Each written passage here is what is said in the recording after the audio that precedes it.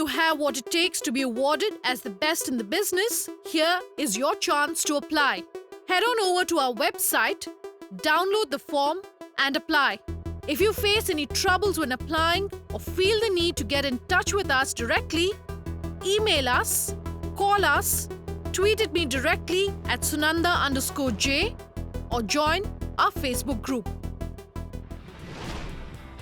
Hello and welcome to Leaders of Tomorrow, 18-hour special initiative that celebrates the undying entrepreneurial spirit of micro, small and medium enterprises. This is the only daily MSME platform in the country, a show where you can voice your concerns and get answers to all your queries directly from our team of experts. We understand the issues that you, the MSME entrepreneur, face, and the show aims to bring you the most relevant and updated information on everything related to your businesses. We're taking in all of your queries today, and to answer them tonight, I have with me Prabhakar Dalal. He's a former Executive Director, Export-Import Bank of India, the Exim Bank. We also have Sushanta Mitra, Founder and CEO of Lead Angels. Thank you, gentlemen.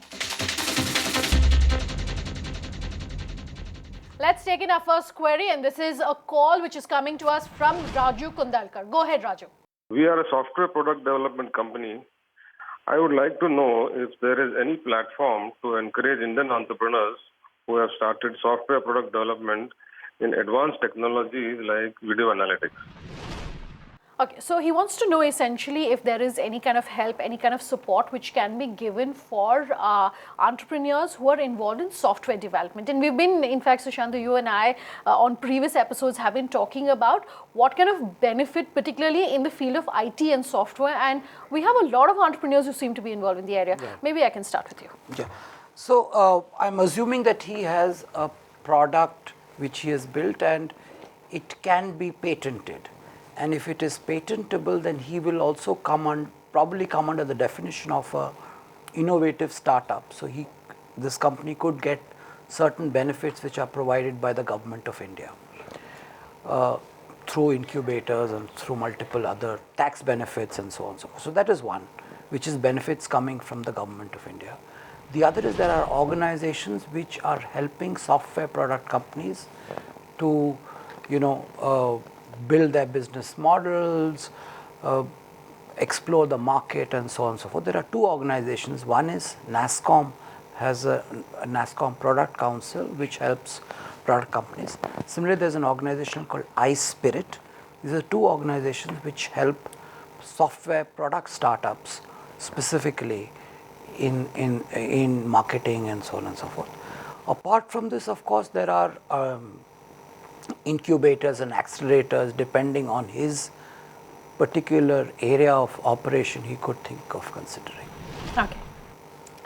I agree with him. If this particular activity falls under the definition of startup as defined by the Government of India, which says that innovation, development, deployment and commercialization of new products, processes and services driven by technology or intellectual property, then it will be eligible for various benefits that the Government of India gives, such as income tax concession for 3 years, capital gains concession is given, registration is done online. So many benefits are there. But Raju wants to know what are the other platforms also, various platforms, like government has got ministry and development commissioners are there. There are industry bodies like SME Chamber of India who can help. Then there is a SIDBI Venture Capital Fund is there. And banks also have dedicated branches for SMEs, dedicated departments for SMEs. So there are multiple platforms which can be accessed by him to get help for his business. Okay, I do trust that answers your query. Let's take in our next query, and this is also a call which is coming to us from the line of Sadiq Nathani. And do stay tuned. At the end of the show, we'll tell you how you can reach us with any queries you may have. Sadiq, what's your question for our experts? My question is, what is the procedure to scale up business of digital agencies? All right, Sadik, thanks very much for that. Essentially a continuation really of what is happening in, we were talking about the IT space, and let's talk also about digital agencies. We don't have too many MSMEs who are talking to us from the digital space. It is of course crucial for companies, whether they are in new age businesses, so to speak, or they're in traditional brick and mortar. But for digital businesses, digital agencies specifically, is there anything that you want to add? The benefits that they can, he's looking at the benefit part.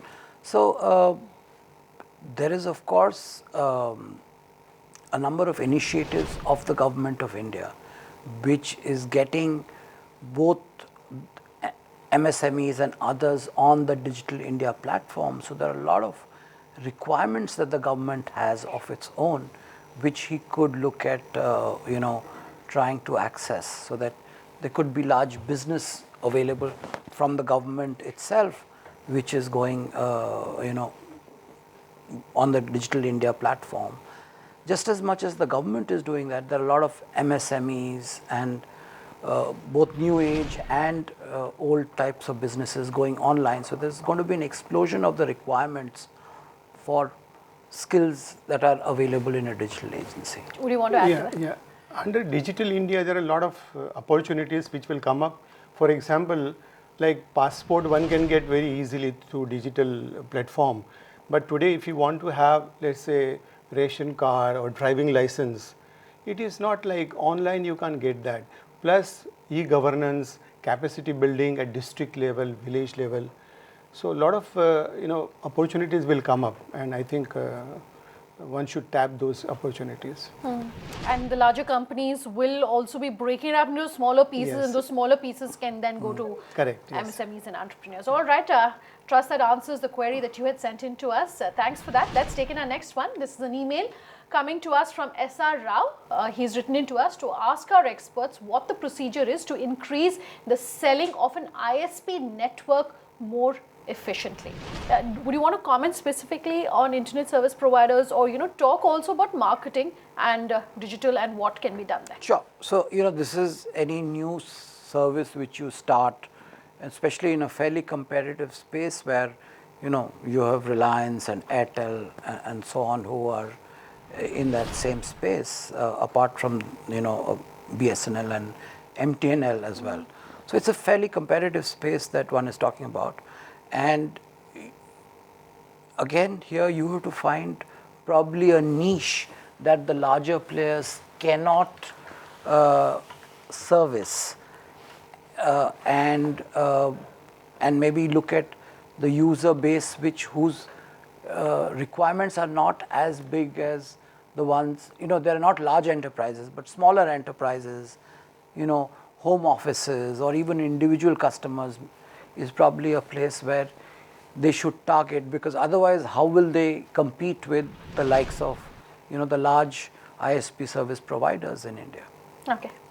Yeah, of course, there is a fierce competition, and for small players it is going to be difficult as far as ISP is concerned.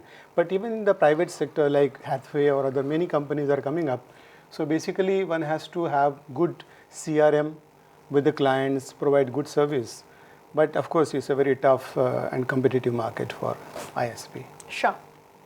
Thanks for that query, S.R. Rao, that was talking about ISPs in particular. Let's also take in a query now that's coming to us on social media. Biswajit there has sent us this query on our Facebook group to ask us what type of special financial or other benefits can an SME software IT company or startup enjoy. He also wants to know if our experts can explain how IoT or the Internet of Things works and the different phase of IoT implementation, and what are the best 3 platforms or software really available for virtual classroom, whether it's open source or paid. All right, so that's quite a few questions that he's managed to pack in there. Do you want to maybe tackle in terms of what really IoT is? Let's start there and explain it for our viewers. I'll cover the finance part of it. He has also said about software IT company and startup, what financial facilities are available. One is of course the seed capital that one has to bring in from his own kitty or from friends and relatives, or there is a people-to-people lending, So once seed capital is in, even seed capital funds are also there. Sushanto would know better about that. Then comes the venture capital, and then comes the bank finance. So bank finance is working capital loans like cash credit facilities are there. Then LC facilities, guarantee facilities. Then there is a term loan facilities. And today, under the priority sector lending, all banks are mandated by Reserve Bank of India to provide finance to micro, small and medium enterprises. Okay. So finance should not be a problem. Even for a loan up to 10 lakhs, no collateral is insisted upon. Front end fee is waived for loan up to 5 lakhs. And under guarantee of CGT SME, even up to 1 crore no collateral is asked for. Therefore, this regime of finance for small enterprises has become easier.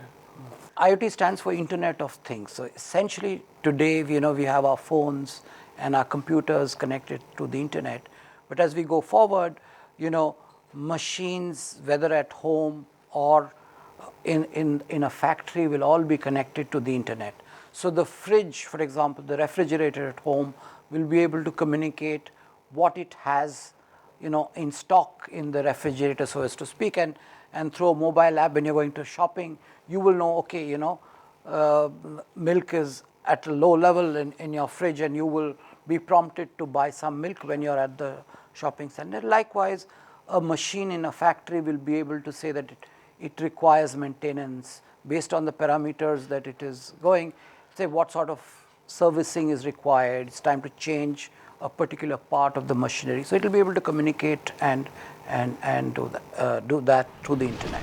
Let's take in our next query, and this is an email coming to us from Aditya Malik. Aditya has written in to us to say he's running an online business and how he should go about updating his business on online sites and make it successful on the lines of, say for example, he's written in to say Ola, Uber, etc. We don't know exactly what the online business is, but he's already in the online business, and if he wants to make it more successful, I assume he wants to talk about marketing and how you go about marketing, and maybe some tips that you would have in terms of marketing for MSMEs at a reduced cost.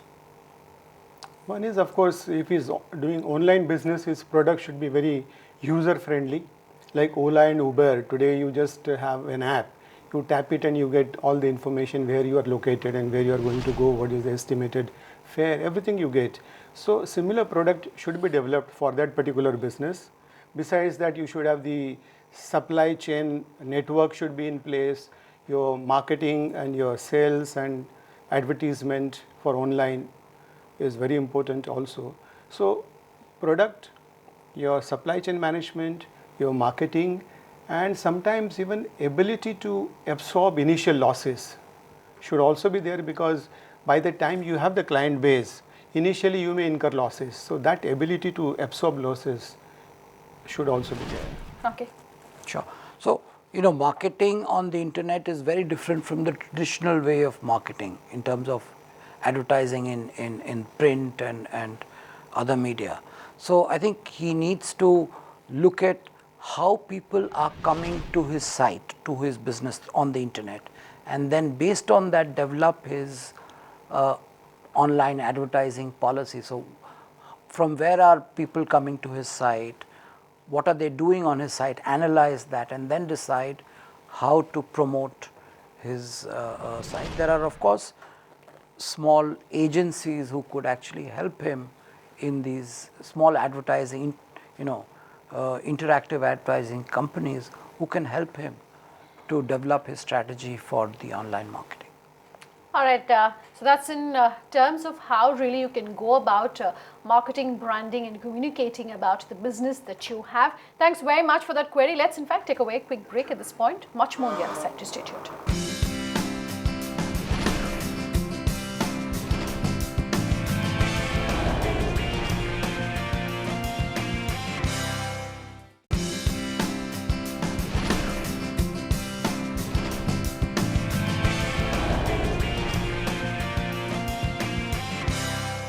Welcome back with us here on the Leaders of Tomorrow, and we're taking in all of your queries which are coming to us via calls on social media as well as email. This next one, in fact, is coming to us on Facebook. Wasim Qureshi has written in to say our major problem areas are retaining existing employees and finding skilled employees as they are technologically driven, and he says he's in the travel agency business and is finding it difficult to retain talent.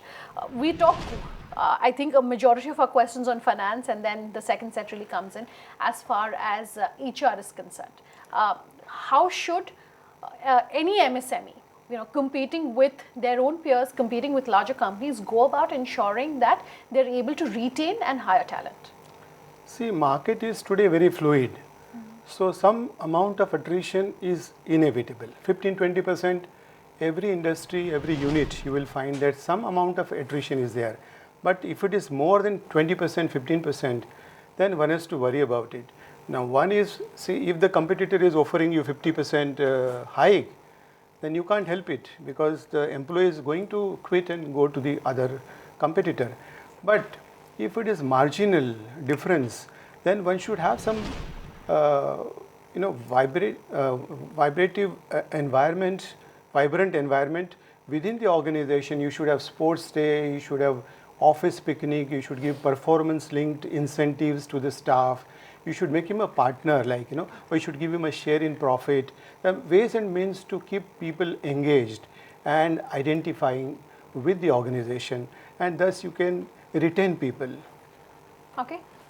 Absolutely. So I think the large companies will have the advantage of having more stability as well as being able to provide higher salaries to compensation to their employees. Smaller companies will have to be creative in building, non-monetary sort of incentives and compensation, which would keep their flock together. And this is something which, as you rightly said, after finance and marketing, this is the next important thing, because if a startup is not, or a MSME is not able to retain its people, the cost of attrition is very huge, because you train the people, and by the time you train them, they're ready to go and join another organization. You would have actually lost money on that, employee. So it's a very, very critical thing for both startups and MSMEs to reduce attrition rates. All right, that's a fairly detailed answer to your query. Thanks for writing in to us, and all the best with going about hiring employees for your business. Let's take in our next query. This is coming to us from Rakesh Sharma. He's written to us, sent us an email to ask us how to maintain funds in a difficult economy and face issues of solvency and reducing costs. Is there maybe a thumb rule in terms of how much liquid cash or how much of investments a startup or an MSME should have compared with, say, what your turnover is or how much you've invested in the business? Just like you have an equity and debt ratio, is there a healthy number or a healthy figure that startups and entrepreneurs should keep in mind? Well, besides debt equity ratio, solvency ratio, which says that your cash profit, that is net profit plus depreciation, divided by your short-term loans and long-term loans, installments falling due during the year, it should be 1+. Otherwise, if you are not able to meet your liabilities, then you are going down because your lenders will ask you to pay up, and then you will be in trouble. So that is one solvency ratio. And for cost cutting, of course, you have to work on every aspect. You should keep minimum inventory levels, should try to have minimum staff, that is absolutely necessary. Your overhead should be low, because when you are growing, you need to be more competitive and compete with other people. You must have at least 12 months of capital required for your burn rate before you break even. That means if you're going to break even after 18 months, you must have 18 months of cash in front of you. And if you want to start up something new, then you must ensure a new business or a new line of business in a startup, then you must also have money for that business to break even.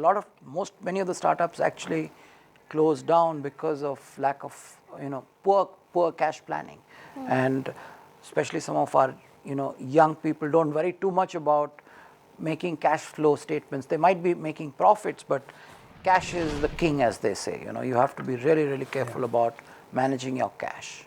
Okay, that's in response to your query. Thanks for writing in to us. Time for one quick last query, and this is a call coming to us from Vasant Devasi. Go ahead, Vasant. E-commerce has long been the small business person's friend. The segment has a relatively low barrier to entry and can require relatively fewer employees or resources. While this will not likely change anytime soon, at least 5 current trends may represent significant problems for small e-commerce operations, especially those competing on prices and shipping, competing against manufacturers and selling the social channels. What does the expert say to this? Okay, so while e-commerce can definitely be a boon for most small retailers, whether giving them the opportunity to go online or whether it is, tying up with a larger peer, there's also immense competition because e-commerce has opened up. So any tips, any tricks that you would suggest for MSMEs who are in the retail space, who are already in the online or looking at online, about how they can compete effectively? So, one of the problems that smaller retailers face is that they're not able to compete on price with the larger players. And yet, it is not as though the retail shops have closed down. So, they've been able to find ways and means for surviving. And wherever it is the service which the large e-commerce players cannot provide, that personal touch which your neighborhood retailer can provide, which keeps you, attached to him and or her. And here is primarily, one is the service. So, multiple services around the product. So, if you were to buy a large, say, capital good, maybe a refrigerator or whatever, from a nearby shop, the shopkeeper will tell you that if it goes down, I'll come along. They're providing a lot of services to you, which perhaps the large online players cannot provide. And that is where this sector can survive. And yet, if they also are available online, so they have best of both the worlds. The consumer has best of both the worlds. That is possible. Sure. I have noticed that even the grocers and shopkeepers, they have started home delivery, even for small quantity of goods. Because earlier they were not doing that. You have to go to the shop, buy things, carry yourself. And they provide return goods. They were not taking, now they are taking return also, and they are providing, and they have improved their service. So the consumer really benefits from all this competition. Competition is forcing everyone to step up or ship out, like they say. Gentlemen, we've run completely out of time on this episode where we've taken in your queries. Do remember, if you have any queries about any aspect of your business, you can write in to us at leadersoftomorrow@timesgroup.com. You can tweet at me personally. My Twitter handle is Sunanda_J. You can call us on that number that you see on your screen. So reach us on social media using the hashtag LOT. Thanks for watching. Have a good night.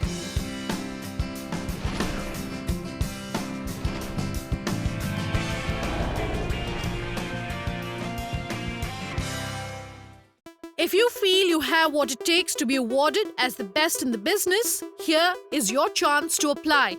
Head on over to our website, download the form and apply. If you face any troubles when applying or feel the need to get in touch with us directly, email us, call us, tweet at me directly at Sunanda_J or join our Facebook group.